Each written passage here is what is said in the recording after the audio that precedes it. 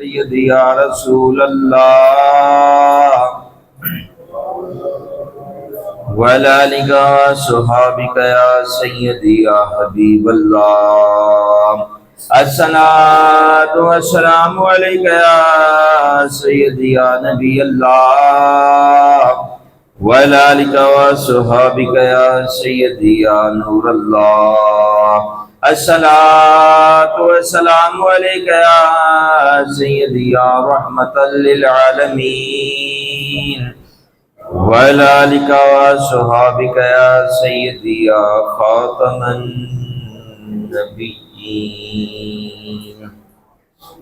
اللہ تبارک و تعالیٰ کی حمد و ثنا اور امام الانبیاء حضور سیدنا رسول اللہ صلی اللہ علیہ وآلہ وسلم پر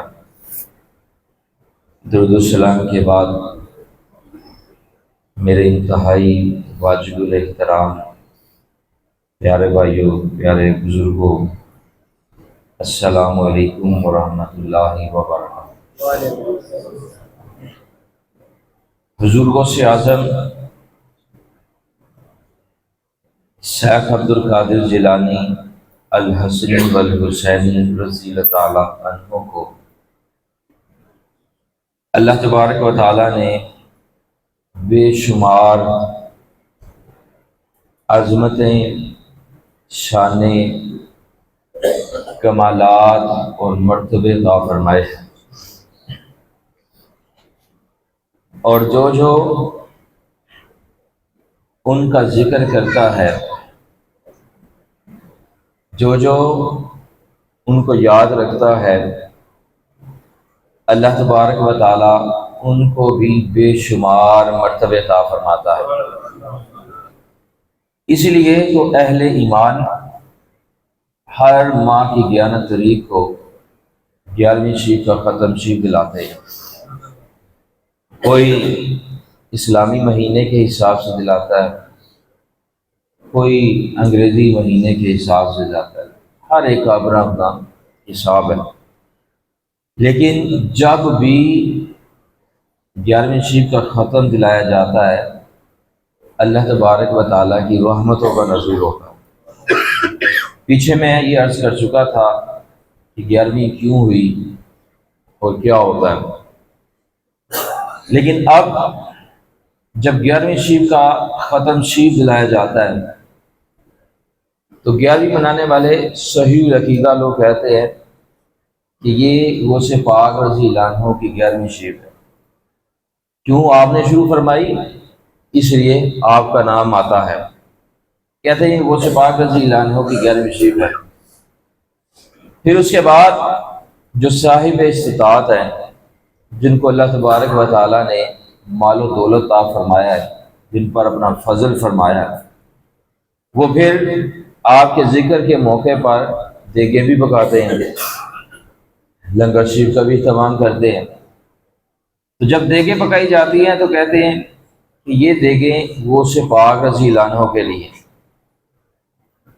لیکن جو لوگ اعتراض کرتے ہیں وہ کہتے ہیں یہ نہ کہو کہ یہ غوث پاک رضی اللہ عنہ کے لیے، بلکہ یہ کہو کہ یہ اللہ تبارک و تعالیٰ کے لیے، اور اس کا ثواب غوث پاک رضی اللہ عنہ کے لیے۔ یہ وہ اعتراض کرتے ہیں، کہتے ہیں یہ نہ ڈائریکٹ نہ کہو کہ یہ دیگ غوث پاک رضی اللہ عنہ کے لیے، یہ دیگ داتا صاحب علیہ الرحمہ کی طرف سے ہے، یہ نہ کہو، یہ دیگ اللہ کے لیے ہے، اس کا ثواب غوث پاک رضی اللہ عنہ کے لیے۔ حالانکہ دیکھا جائے تو بات ایک ہی ہے، غوث پاک رضی اللہ عنہ کا نام رکھنے سے کچھ نہیں ہوتا۔ کوئی چیز کسی کے نام لگا دی جائے تو وہ چیز حرام یا نجائز نہیں ہو جاتی۔ اب حرام کیا ہے، نجائز کیا ہے؟ اللہ تبارک و تعالیٰ کا جب بندہ قرآن پاک پڑھتا ہے تو پھر پتہ چلتا ہے اللہ نے حرام کیا کیا ہے، حلال کیا کیا۔ اور اگر قرآن مجید پڑھا ہی نہیں ہے تو پھر کیسے پتہ چلے گا حلال کیا ہے، حرام کیا؟ حرام کے فتوے لگانے سے پہلے قرآن مجید پڑھے۔ اللہ رب العزت نے جس طرح اس کتاب کو نازل فرمایا تھا آج تک اور قیامت تک اسی طرح رہے گی۔ اس کتاب کو پڑھیں، پڑھنے کے بعد پھر سوچے کہ میں جس کو حرام کہہ رہا ہوں کیا وہ واقعی حرام ہے کہ نہیں ہے۔ یاد رکھیں آقا پاک علیہ الصلوۃ والسلام کا فرمان ہے کہ جس نے اپنے مسلمان بھائی کو کافر کہا، اگر تو وہ کافر ہے تو پھر ٹھیک ہے کافر ہے، وگرنہ کہنے والا کافر ہو جاتا۔ اتنی سخت وعید ہے۔ کسی کو چور کہنے سے پہلے سوچنا چاہیے وہ چور ہے کہ نہیں ہے۔ کسی پر الزام لگانے سے پہلے سوچنا چاہیے وہ اس الزام کا مرتکب ہے کہ نہیں ہے۔ حرام کا فتویٰ لگانے سے پہلے سوچنا چاہیے کیا یہ واقعی حرام ہے کہ نہیں ہے، نہیں تو اس کا بھی جواب اللہ کی بارگاہ میں دینا پڑے۔ وہ جو الزام لگائیں گے وہ اپنے اوپر آ جائے گا۔ قرآن مجید پڑھے۔ ہم دین سے دور ہیں، قرآن مجید سے دور ہیں، احادیث مصطفیٰ علیہ الصلوۃ والسلام سے دور ہیں، اس لیے جس کا جو جی میں آتا ہے وہ فتوے لگا دیتا ہے، جو دل کرتا ہے اس پر فتوے کے پہاڑ لگا دیتے ہیں۔ وہ کافر بھی ہو گیا، مشرک بھی ہو گیا، بدعتی بھی ہو گیا۔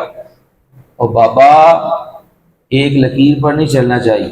کسی نے بتا دیا اس لکیر پر چلو تو آنکھیں بند کر کے اس لکیر پر نہ چلو، پہلے دیکھو تو صحیح جس نے اس لکیر پر لگایا ہے وہ لکیر صراط مستقیم کے راستے پر چلتی ہے کہ نہیں چلتی۔ اگر تو وہ صراط مستقیم کے راستے پر نہیں ہے تو پھر اس پر نہ چلے، کسی کے کہنے پر نہ چلیں۔ اللہ نے ہمیں پورا جسم صحیح سلامت دیا ہے، سوچنے کے لیے ہر چیز ہمارے پاس موجود ہے، غور و فکر کرے۔ آج کا پرفتن جو دور ہے اس میں غور و فکر کرنے کی ضرورت ہے، اس میں خود مطالعہ کرنے کی ضرورت ہے، خود پڑھنے کی ضرورت ہے۔ اور یہ بھی نہیں ہے کہ کسی استاد کے پاس نہ جاؤ، خود ہی قرآن مجید پڑھ لو، خود ہی ترجمہ پڑھ لو، خود ہی تفسیر پڑھ لو اور خود ہی مطلب نکال لو۔ اس کا مطلب یہ بھی نہیں، قرآن مجید پڑھو، آیات پڑھو، ترجمہ پڑھو، تفسیر پڑھو، لیکن کسی بات کی سمجھ نہیں لگتی تو جو اہل حق علماء ہے ان کے پاس جاؤ، جو حضور پاک صلی اللہ علیہ وآلہ وسلم سے محبت کرنے والے، اہل بیت سے محبت کرنے والے، صحابہ سے محبت کرنے والے، ازواج مطہرات رضی اللہ تعالی عنہم کی تعظیم کرنے والے، حسنین کریمین کی تعظیم کرنے والے، آپ کی خاطر جان اللہ کی بارگاہ میں پیش کرنے والے، اولیاء اللہ کے نقش قدم پر چلنے والے جو علماء ہیں ان کے پاس جا کر اس کا مطلب پوچھو، وہ تمہیں تمہاری صحیح رہنمائی بھی کریں گے اور تمہیں جنت کے دروازے تک بھی پہنچائیں گے۔ لیکن اگر کسی اور کے دروازے پر چلے گئے تو یاد رکھے وہ تو گمراہ ہے، خود بھی گمراہ ہو جائیں۔ تو کسی پر فتویٰ لگانے سے پہلے، 11ویں شریف کو حرام کرنے سے پہلے توبہ نعوذ باللہ قرآن مجید پڑھے۔ دیگوں پر جو فتوے حرام کے لگاتے ہیں پہلے قرآن مجید پڑھے۔ اللہ تبارک و تعالیٰ نے حرام کیا کیا؟ اللہ تبارک و تعالیٰ قرآن مجید میں سورہ بقرہ شریف کی آیت نمبر 173 میں ارشاد فرماتا ہے انما حرم علیکم المیتۃ، اس نے یہی تم پر حرام کیے ہیں مردار، والدم اور خون، ولحم الخنزیر اور سور کا گوشت، وما اہل بہ لغیر اللہ اور وہ جانور جو غیر خدا کا نام لے کر ذبح کیا گیا ہو۔ اب اللہ تبارک و تعالیٰ نے اس آیت مبارکہ میں فرمایا میں نے تم پر کیا حرام کیا ہے؟ مردار گوشت حرام کیے ہیں، خون تم پر حرام کر دیا ہے، خنزیر کا گوشت تم پر حرام کر دیا ہے، اور آگے اللہ تبارک و تعالیٰ نے فرمایا وہ جانور کہ جس پر ذبح کے وقت غیر اللہ کا نام لیا جائے وہ جانور میں نے حرام کیا۔ یہ نہیں فرمایا کہ جس چیز پر میرے سوا کسی اور کا نام آ جائے گا وہ چیز حرام کر دیا، یہ نہیں فرمایا۔ قرآن مجید پڑھ کر دے، گھر میں جائیں کنز ایمان شریف کر نکالیں، قرآن مجید پڑھیں، پھر کنز ایمان شریف کا ترجمہ پڑھیں، کیا لکھا ہوا ہے سورہ بقرہ آیت نمبر 173۔ ہر ایمان والا گھر میں جا کر دیکھ لے، خود دیکھے، اپنی آنکھوں سے پڑھے کہ اللہ کیا فرما رہا ہے کہ جب جانور کو ذبح کریں اس وقت بسم اللہ اللہ اکبر کی بجائے کسی اور کا نام لیا جائے گا تو وہ جانور حرام ہو جائے گا۔ لیکن یہ نہیں فرمایا کہ اگر جانوروں کو کسی کے نام پر لگا دیں گے تو وہ جانور حرام ہو جائے گا، یہ نہیں فرمایا۔ اگر کسی چیز پر کسی اور کا نام لینے سے وہ چیز حرام ہو جاتی تو سب سے پہلے مجھے بتائیں قرآن مجید تو غیر اللہ کے نام ہے، سورہ ابراہیم پڑھ لو غیر اللہ کے نام ہے، ابراہیم علیہ السلام کے نام ہے، سورہ نوح پڑھ لو سیدنا نوح علیہ السلام کے نام ہے، سورہ آل عمران پڑھ لو قرآن مجید رب کائنات کا ہے، جی یہ کلام رب کا ہے، تو رب ذوالجلال نے تو قرآن مجید میں سورتوں کا نام ابراہیم رکھا ہے۔ اگر کسی چیز پر غیر اللہ کا نام لگانے سے وہ چیز حرام ہو جاتی تو پھر وہ خود ہی سوچ لیں کہ قرآن مجید تو غیر اللہ کا نام ہے، پھر بات کہاں تک جاتی ہے؟ بات کرنے سے پہلے ذرا سوچنا چاہیے، بات کرنے سے پہلے غور کرنا چاہیے میں بات کیا کر رہا ہوں۔ سورہ محمد صلی اللہ علیہ وآلہ وسلم یہ ہمارے پاک محبوب صلی اللہ علیہ وآلہ وسلم کے نام پاک پر ہے۔ سورہ بنی اسرائیل پڑھ لیں، اتنی قرآن مجید میں صورتیں ہیں، ہر صورت اللہ تبارک و تعالیٰ نے غیر اللہ کے نام لگائی ہے، تو پھر کیا توبہ نعوذ باللہ یہ بھی رام ہو؟ نہیں، سوچنا چاہیے کہ میں جو بات کر رہا ہوں وہ بات کیا کر رہا ہوں۔ کسی چیز کو غیر اللہ کے نام لگا دیا جائے وہ چیز حرام نہیں ہوتی، قرآن مجید پڑھ لے یا حدیث پڑھ لے وہ چیز حرام نہیں ہوتی، صرف حرام وہ جانور ہوتا ہے کہ جب ذبح کے وقت بسم اللہ اللہ اکبر کی بجائے بسم اللہ فلاں کہہ دیا جائے گا، جانور فوراً حرام ہو جائے گا۔ اس کے علاوہ جو چیز جس کے بھی نام لگائی جائے وہ چیز حرام نہیں ہوتی۔ جب 11ویں شب کا ختم شیر دلایا جاتا ہے، دیگی پکائی جاتی ہے، تو کہتے ہیں یہ نہ کہو یہ اللہ تبارک و تعالیٰ کے لیے، غوث پاک رضی اللہ عنہ کے لیے، بلکہ یہ کہو یہ اللہ تبارک و تعالیٰ کے لیے، اس کا ثواب غوث پاک رضی اللہ عنہ کے لیے۔ حالانکہ بات ایک ہی ہے، غوث پاک رضی اللہ عنہ کا نام رکھنے سے کچھ نہیں ہوتا۔ کیوں؟ اس لیے کہ صحابہ کرام رضوان اللہ تعالی علیہم اجمعین اپنے وصال شدہ عزیزوں کے لیے کوئی چیز ان کا نام لگا کر احصال ثواب تحفہ یا نذرانہ دیا کرتے۔ اگر کسی بات کی سمجھ نہ لگے تو صحابہ کی سیرت پڑھ کے دیکھو وہ کیا کرتے تھے۔ اور پھر شاہ ستہ کی کتابوں میں حدیث موجود ہے، امام نسائی نے نسائی جلد 1 صفحہ نمبر 132، ابو داؤد جلد 1 صفحہ نمبر 233، ابن ماجہ صفحہ نمبر 99، مشکاشی صفحہ نمبر 129، تفسیر الباری غیر مقلد جلد 4 صفحہ نمبر 22، اور بھی کئی کتابوں پر یہ حدیث موجود ہے کہ حضرت سعد بن عبادہ رضی اللہ تعالیٰ عنہ روایت کرتے ہیں، فرماتے ہیں کہ میں نے بارگاہ مصطفیٰ صلی اللہ علیہ وآلہ وسلم میں عرض کیا کہ یا رسول اللہ صلی اللہ علیہ وسلم ان امہ سعد ماتت فأی الصدقۃ افضل، کہ یا رسول اللہ صلی اللہ علیہ وسلم سعد رضی اللہ عنہ کی والدہ انتقال کر گئی، ان کے لیے کون سا صدقہ افضل ہے؟ تو میرے اور آپ کے پیارے محبوب علیہ السلام نے فرمایا سعد ان کے لیے پانی کا صدقہ افضل ہے۔ تو سعد رضی اللہ تعالیٰ عنہ نے کیا کیا؟ کنواں کھودا اور کہا یہ سعد کی والدہ کے لیے ہے۔ یہ نہیں آپ نے کہا یہ کنواں اللہ کے لیے ہے، اس کا ثواب سعد کی والدہ کے لیے، یہ نہیں کہا۔ روایات میں لفظ پڑھے، سعد رضی اللہ تعالیٰ عنہ نے کہا یہ کنواں سعد کی والدہ کے لیے، مطلب ایک ہی ہے کہ یہ ان کے سال ثواب کے لیے ہے۔ یہ دیکھ غوث پاک رضی اللہ عنہ کے لیے، مطلب یہی ہے یہ ان کے سال ثواب کے لیے ہے۔ کیوں؟ وہاں پر مسکین ہوں گے، وہاں پر یتیم ہوں گے، وہاں پر امیر ہوں گے، غریب ہوں گے، سارے ہی وہ کھانا کھائیں گے، سارے ہی وہ لنگر شریف کھائیں گے، ساروں کے اندر ہی نور جائے گا، جتنا امیر کے اندر نور جائے گا اتنا غریب کے اندر بھی نور جائے گا، لیکن سب کا ثواب اللہ کریم غوث پاک رضی اللہ عنہ کو عطا فرمائے گا۔ تو مطلب یہی ہے۔ پھر اگلی حدیث پر حضرت سعید بن عمیر رضی اللہ تعالیٰ عنہ روایت کرتے ہیں، یہ بھی نسائی اور ابو داؤد میں حدیث موجود ہے، فرماتے ہیں کہ سعد بن عبادہ رضی اللہ تعالیٰ عنہ حضور پاک صلی اللہ علیہ وآلہ وسلم کے ساتھ بعض غزوات میں نکلے اور ان کی والدہ کا وصال کا وقت قریب آ گیا. وہ آقا پاک علیہ الصلوۃ والسلام کے ساتھ غزوات میں تھے تو پیچھے سعد بن عبادہ رضی اللہ عنہ کی والدہ محترمہ کا وصال پاک قریب آ گیا.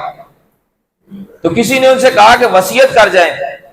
تو آپ کی والدہ نے کہا کیا وصیت کر جاؤں؟ کہا آپ وصیت کر جائیں یہ جتنا بھی آپ کا مال ہے یہ سعد رضی اللہ عنہ کا مال ہے. پھر جب سعد رضی اللہ عنہ آقا پاک علیہ الصلوۃ والسلام کے ساتھ واپس تشریف لائے تو ان کے آنے سے پہلے ان کی والدہ انتقال فرما گئی. جب سعد رضی اللہ تعالیٰ عنہ نے دیکھا کہ والدہ محترمہ انتقال فرما گئی ہیں انہوں نے اس کا تذکرہ امام الانبیاء علیہ الصلوۃ والسلام سے کیا اور عرض کیا یا رسول اللہ صلی اللہ علیہ وسلم اگر میں ان کی طرف سے صدقہ کروں تو کیا میری والدہ صاحبہ کو اس صدقے کا نفع پہنچے گا؟ تو میرے رب کے پیارے محبوب علیہ الصلوۃ والسلام نے فرمایا ہاں سعد اگر تم اپنی والدہ کی طرف سے صدقہ کرو گے اس کا ثواب تمہاری والدہ کو پہنچے گا. یہاں پر ایک بات یاد رکھیں کافر اور منافق کے لیے کوئی صدقہ نہیں، کافر اور منافق کے لیے کوئی دعا نہیں ہے. کسی نے وصال کے بعد کافر کے لیے دعا کر دی وہ خود کافر ہو جائے گا. کافر کے لیے دعا نہیں ہے، کافر کے لیے اس کی زندگی میں دعا ہے یا اللہ اس کو ہدایت عطا فرما، یا اللہ اس کو اسلام کا رستہ عطا فرما، اس کو صراط مستقیم کا رستہ عطا فرما، یا اللہ اس کو کلمہ پڑھنے کی توفیق عطا فرما. اس کی زندگی میں دعا کر سکتے ہیں. لیکن اگر کافر مر گیا پھر اس کے لیے دعا نہیں ہے، منافق مر گیا اس کے لیے دعا نہیں ہے. لیکن اگر ایمان والا وصال کر دے جتنا مرضی گناہ گار مومن ہو تمام سے محبت رکھتا ہو عقیدہ اس کا صحیح ہو صحیح العقیدہ بندہ ہو تمام ہستیوں سے محبت کرنے والا جتنا مرضی گناہ گار ہو اس کے لیے ہر لمحے دعا کرنی چاہیے. کیوں آقا پاک علیہ الصلوۃ والسلام فرماتے ہیں کچھ لوگ ایسے ہیں جب قبر میں جاتے ہیں تو گناہوں سے بھرے ہوتے ہیں، جب روز محشر نکلیں گے تو گناہ کوئی نہیں ہوگا. کیوں؟ یہ سارے گناہ اہل ایمان کی دعاؤں سے اللہ معاف فرما دے گا. اللہ اکبر یا رسول اللہ حق جا یا زندہ باد زندہ باد زندہ باد لبیک یا رسول اللہ. مجھے دین اسلام سے پیار ہے. تو اہل ایمان کے لیے تو ہر لمحے جو ہے ثواب ہے، زندگی میں بھی ثواب، زندگی میں مرتبہ بلند. لیکن اگر وہ گناہوں میں ڈوبا ہوا ہے اور پھر وہ قبر میں چلا گیا ہے تو ہمیں یہ حکم ہے اس کے لیے دعا کریں، اس کے لیے دعا کریں. انسان غلطی کا پتلا ہے، خطائیں ہو جاتی ہیں، گناہ ہو جاتے ہیں، لیکن سب سے بہتر وہ ہیں جو توبہ کرتے ہیں. اور جن کو توبہ کی توفیق نہ ملے وہ قبر میں چلے جائیں تو پھر اس ایمان والے کے دعا کریں یا اللہ اپنے محبوب علیہ الصلوۃ والسلام کے صدقے معاف فرماؤ، یا اللہ اس کی خطاؤں کو معاف فرما، اس کو جنت میں اعلیٰ مقام عطا فرما. دعا کرتے رہیں. دعا کرنا ہمارا کام ہے، بخشنا یہ رب کائنات کا کام ہے. یہ مت کو سوچے کہ میں بڑا متقی پرہیزگار ہوں، میں بڑی نمازیں پڑھتا ہوں، میں بخشا ہوں. یہ مت کوئی سمجھے. کسی کو کوئی نہیں پتا ایک نمازیں پڑھ رہا ہے، ایک عبادت کر رہا ہے، ایک عبادت کے بغیر ہے. کسی کو کوئی نہیں پتا اللہ کس کو بخشتا ہے، کسی کو کوئی نہیں پتا. اور آقا علیہ الصلوۃ والسلام نے فرمایا کل قیامت کے دن بندہ اپنے مال کی وجہ سے جنت میں نہیں جائے گا کہ وہ بڑی تہجدیں پڑھتا تھا، بڑا یتیموں کے سروں پر ہاتھ رکھتا تھا، بڑی سخاوت کرتا تھا، بڑی تبلیغ کرتا تھا، اس وجہ سے جنت میں نہیں جائے گا. بلکہ آقا علیہ الصلوۃ والسلام فرماتے ہیں کل قیامت کے دن بندہ جنت میں اللہ کے فضل کی وجہ سے جائے گا. فضل کس پر ہوگا؟ فضل اس پر ہوگا جس کے سینے میں محبت مصطفیٰ علیہ الصلوۃ والسلام ہوگی. یہ بات یاد رکھیں. اگر چاہتے ہیں کل فضل ہو تو سینے میں محبت مصطفیٰ علیہ الصلوۃ والسلام کا نور روشن رکھیں. جس کے سینے میں آقا علیہ الصلوۃ والسلام کی محبت کا نور روشن ہے وہ جنت میں جائے گا ہی جائے گا. یہ پکی بات ہے. وہ جہنم میں نہیں جا سکتا. کیوں؟ اللہ نے جنت آقا علیہ الصلوۃ والسلام کی عاشقوں کے لیے بنائی ہے. جو عاشق ہیں وہ جنت میں جائیں گے. تو سعد رضی اللہ تعالیٰ عنہ نے عرض کیا یا رسول اللہ صلی اللہ علیہ وسلم اگر میں ان کی طرف سے صدقہ کروں تو کیا اس کا نفع پہنچے گا؟ آقا پاک علیہ الصلوۃ والسلام نے فرمایا ہاں پہنچے گا. تو انہوں نے سعد رضی اللہ تعالیٰ عنہ نام لے کر عرض کیا کہ فلاں فلاں باغ میں ان کی طرف سے صدقہ کرتا ہوں، فلاں فلاں باغ میں ان کی طرف سے صدقہ کرتا ہوں. یعنی کہا فلاں فلاں باغ اللہ کی طرف سے ہے، اللہ کی طرف ہے، اور اس کا ثواب والدہ کی طرف ہے. یہ نہیں کہا فلاں فلاں باغ میں ان کی طرف سے صدقہ کرتا ہوں. اور ایک روایت میں سیدنا عبداللہ بن عباس رضی اللہ تعالیٰ عنہ فرماتے ہیں کہ کسی آدمی نے حضور پاک صلی اللہ علیہ وآلہ وسلم سے عرض کیا کہ یا رسول اللہ صلی اللہ علیہ وسلم میری والدہ صاحبہ بہت ہو گئی ہیں، کہ اگر ان کے واسطے کچھ صدقہ کیا جائے تو کیا ان کو اس خیرات کا فائدہ حاصل ہوگا؟ آقا پاک علیہ السلام نے فرمایا ہاں ہوگا. تو اس نے عرض کیا یا رسول اللہ صلی اللہ علیہ وسلم میرا ایک باغ ہے اور میں آپ صلی اللہ علیہ وآلہ وسلم کو گواہ کرتا ہوں کہ وہ میں باغ ان کی طرف سے خیرات کرتا ہوں. اب صحابہ کرام کتنے عظیم لوگ تھے کہ اپنے اعمال پر نبی علیہ السلام کو گواہ بنا لیا کرتے تھے. اب آقا علیہ السلام نے اس سے یہ نہیں فرمایا صحابی تو کیا یہ باغ اللہ کی طرف سے ہے، اس کا ثواب ان کی طرف سے ہے، یہ کیا ہے؟ نہیں، یہ نہیں فرمایا. انہوں نے عرض کیا یا رسول اللہ صلی اللہ علیہ وسلم میں وہ باغ ان کی طرف سے خیرات کرتا ہوں. پتہ چلا کہ اگر کسی چیز کو کسی کے نام لگا دیا جائے تو وہ چیز حرام یا ناجائز نہیں ہوتی. اگر کسی کے نام پر چیز لگانے سے حرام یا ناجائز ہو جاتا تو یاد رکھیں ہماری زندگیاں اس دنیا میں گزارنی مشکل ہو جاتی. کیوں؟ ہمارے پاس یہ موبائل ہے، کوئی پوچھے یہ کس کا، میں کہتا ہوں میرا، یہ تو حرام ہو گیا. کس کے مکان میں رہتے ہو؟ یہ میرے ابا جی کا مکان ہے، یہ تو غیر اللہ کا نام لگ گیا، حرام ہو گیا. نہیں، کسی چیز پر غیر اللہ کا نام لگا دیا جائے وہ چیز حرام نہیں ہوتی. اور ام المومنین سیدہ عائشہ صدیقہ رضی اللہ تعالیٰ عنہا فرماتی ہیں ایک شخص نے حضور پاک صلی اللہ علیہ وآلہ وسلم سے عرض کیا کہ یا رسول اللہ صلی اللہ علیہ وسلم میری ماں اچانک فوت ہو گئی. موت اچانک آتی ہے، موت اچانک آتی ہے. کل نفس ذائقۃ الموت کا ذائقہ ہر بندے نے چکھنا ہے، لیکن کب چکھنا ہے یہ کسی کو نہیں پتا. بندہ اچھا بھلا ہوتا ہے، بعد میں پتہ چلتا ہے وہ تو فوت بھی ہو گیا، 3 دن بھی گزر چکے ہیں. یہ کوئی نہیں کہہ سکتا جی پہلے بچپن ہے، پھر جوانی ہے، پھر بڑھاپا ہے، پھر بیمار ہوگا، پھر یہ فوت ہوگا. کوئی نہیں کہہ سکتا. جوان بچے جوان چلتے چلتے ہارٹ اٹیک ہو جاتا ہے، فوت ہو جاتے ہیں. جس کا پتہ ہی نہیں ہوتا کہ اس نے فوت ہونا ہے وہ فوت ہو جاتا ہے. موت کا کوئی نہیں پتا، موت اچانک آتی ہے. اور موت کے آنے سے پہلے اللہ نے جو زندگی دی ہے اس کی قدر کریں. یہ جو سانسیں چل رہی ہیں یہی نعمت ہے، کل پہ نہ اس کو ڈالیں. آج جو سانسیں چل رہی ہیں یہ اللہ کی نعمت ہے، غنیمت ہے، اس کا فضل ہے، اس کی رحمتوں کا ہم پر نزول ہے. آج اس کا فائدہ حاصل کریں. یہ جو سانسیں چل رہی ہیں آج ان سانسوں میں اللہ کا ذکر کریں، آج ان سانسوں میں مصطفیٰ علیہ السلام پر دروشی پڑھیں. یقین جانے قبر میں بھی کامیاب ہو جائیں گے، روز محشر بھی کامیاب ہو جائیں گے. ام المومنین سیدہ عائشہ صدیقہ رضی اللہ تعالیٰ عنہ امی جی حضور فرماتی ہیں ایک شخص نے عرض کیا یا رسول اللہ صلی اللہ علیہ وسلم میری ماں اچانک فوت ہو گئی، میرا خیال ہے کہ وہ باتیں کرتی تو کچھ صدقہ کرتی، تو کیا میں اب ان کی طرف سے صدقہ کروں؟ تو حضور پاک صلی اللہ علیہ وآلہ وسلم نے فرمایا ہاں ان کی طرف سے صدقہ کرو. تو تمام احادیث میں نے آپ کے سامنے پیش کیا، تو بڑی بڑی لسٹ ہے، پیچھے وقت نہیں ہے. تو تمام احادیث مبارکہ سے ایک بات تو یہ پتہ چلتی ہے کہ اگر کسی چیز کو کسی کے نام لگا دیا جائے وہ حرام ہی ہوتی ہے. دوسرا یہ پتہ چلتا ہے کہ ہمارے جب کوئی عزیز و قریب اور والدین یا فیملی میں سے کوئی بندہ اس دنیا سے چلا جائے تو جانے کے بعد اس کو بھولنا نہیں چاہیے، بلکہ جس طرح زندگی میں ان سے محبت رکھتے ہیں وصال کے بعد بھی ان سے محبت کرتے ہوئے ان کو اپنی دعاؤں میں ہر لمحہ یاد کرتے ہوئے جب ہم زندگی گزاریں گے، ایک فائدہ یہ ہوگا کہ اللہ تبارک و تعالیٰ اگر قبر میں وہ کسی عذاب میں مبتلا ہے تو عذاب ختم فرما دے گا. دوسرا فائدہ یہ ہوگا اللہ تبارک و تعالیٰ جنت کی کھڑکی کھول دے گا.